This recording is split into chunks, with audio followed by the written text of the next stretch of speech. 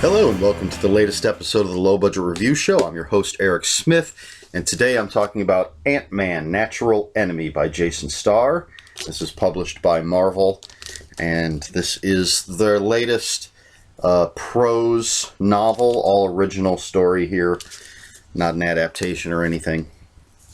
And what you have is Scott Lang. You know him, you love him. He's an ex-con, a single father, and he's Ant-Man. And he's just living his life with his young daughter Cassie in New York City when the past comes back to haunt him. A guy that he used to run with back in his criminal days named Willie Dugan has just escaped from prison. He was in prison for 9 years, the first 9 years of a life sentence, but he manages to escape. And instead of just taking off and enjoying his freedom, he wants revenge on his old crew and lawyers and judges. Basically, wants revenge on everybody. So he comes gunning for Scott, and the FBI puts Scott and his daughter and his ex-wife, who's on the West Coast, puts them all under an order of protection, which makes things complicated, of course, for a superhero with a secret identity. And things just kind of get out of control and spiral and spiral and spiral. How will Scott Lang save the day? Well, you'll have to read it to find out. But I read it and I found out, and I have to say I'm a little disappointed. Jason Starr is an award-winning crime fiction writer. He's written some books in the hard case crime imprint, which is usually pretty good. I haven't read any of that. This is the first thing I've read by him, although he has done some comic book work. So I may have read some of that without realizing it. But this is definitely his first all-prose thing that I've read. Excuse me. And his writing is fine. It's very clean, very straightforward, moves along, no fancy flourishes or anything. Just good, crisp, clean writing. It's the story that I found a little disappointing. I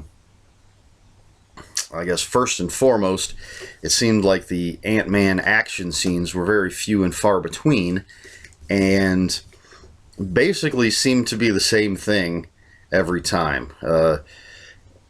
Basically, Ant-Man shrinks down and either sneaks out of somewhere or sneaks into somewhere. Jumps on some cars so he can get to where he needs to go, and then punches somebody who can't see him because he's shrunk down to the size of an ant. And that seems to be basically what happens in all of the action scenes. There are slight variations, but not too much. And he doesn't really do too much with ants. He kind of talks to him once, maybe twice. He asks for a little backup, but I really don't think they do much. So not a lot of Ant-Man action. And then the story itself, the ex-partner in crime gunning for revenge kind of thing is something that we've seen before. There are, I'm not even sure I can say a couple of twists. One twist, I think. So there's nothing really surprising there. And, I don't know, Scott seems a little wishy-washy to me. And I think Mr. Starr must be very accurate in his portrayal of a 14-year-old girl with Cassie, because she was incredibly annoying. So I'm assuming it's an accurate portrayal of a 14-year-old girl. Personally, I thought a little too much of the story was focused on Cassie. Amazon does say this book is for 9 years old and up, which to me just means it's family friendly, I suppose. The other two original prose novels that have come out in the past year or so, the Guardians of the Galaxy and the Avengers, Both were very entertaining. And I think they had the same rating on Amazon, 9 years and up. So, I don't know. Cassie was so annoying. Just, I guess, like I said, I don't know if that's a typical 14-year-old girl, but, too much of that. Too much. So, yeah, I had high hopes for this book, and I feel a little let down. It's got some interesting name dropping going on and some cameos. Tony Stark is in it, and that was another point of contention with me. I have a problem when characters do something stupid to help move the plot along. And this isn't too spoilery. Later in the book, Scott leaves Cassie with Tony Stark. Basically, he has, Tony Stark babysitting his 14-year-old daughter. And Tony and Cassie are talking, and they come up with some information that they think Scott needs.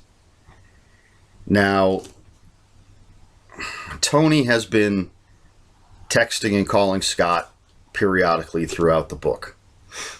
But when they come up with this information that they think it's important for Scott to have, Tony just says, well, he's out being Ant-Man. I don't know how to get a hold of him.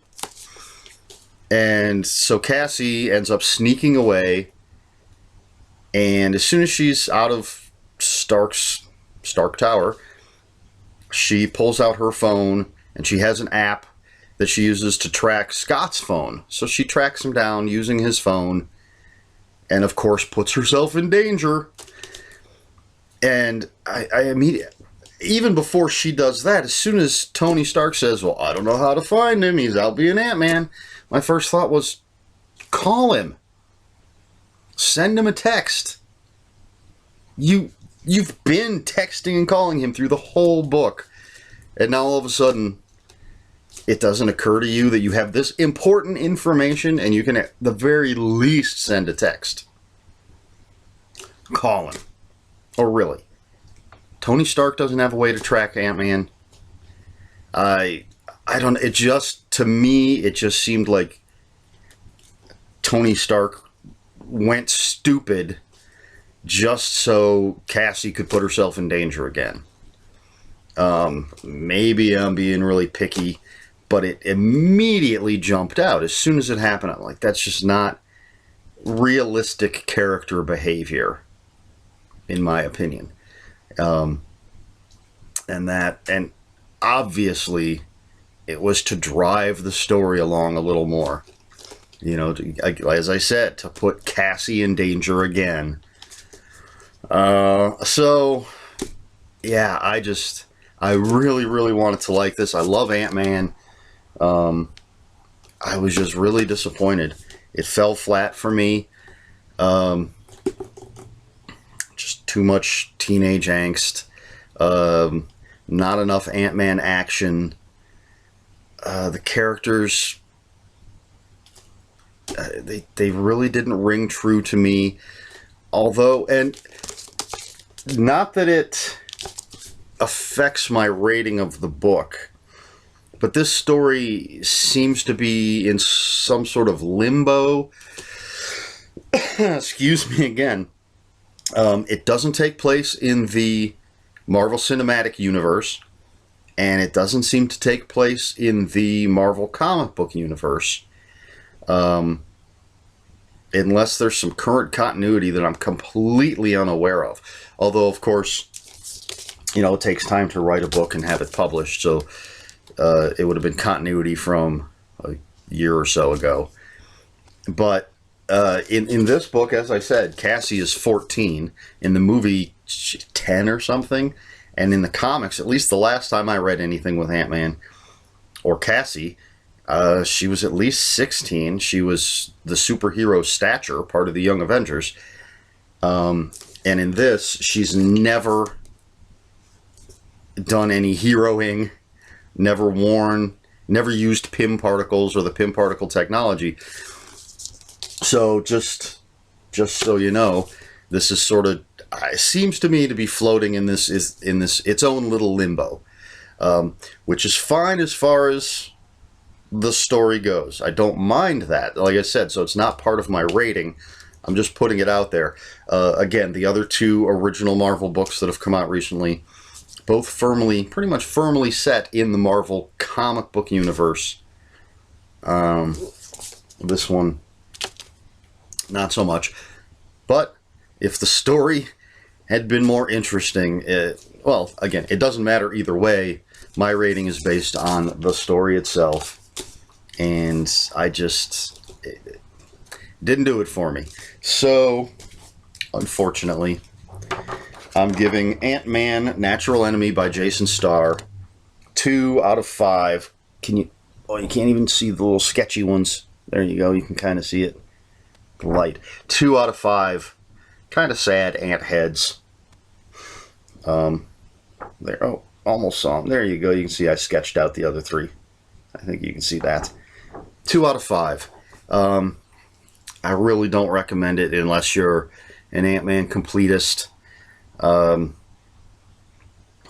and read the other 2, the Guardians of the Galaxy novel or the Avengers novel that both came out within the past year. Definitely go and see the movie if you want some great Ant-Man action. The movie's fantastic. I already reviewed that. But I'm going to say skip this one.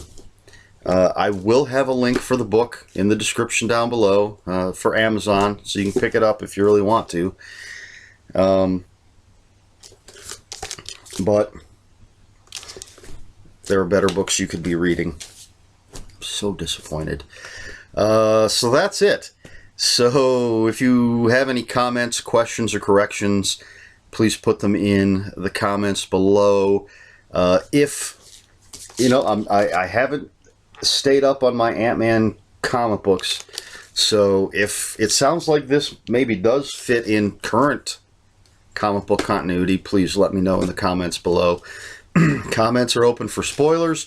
Just post a spoiler warning.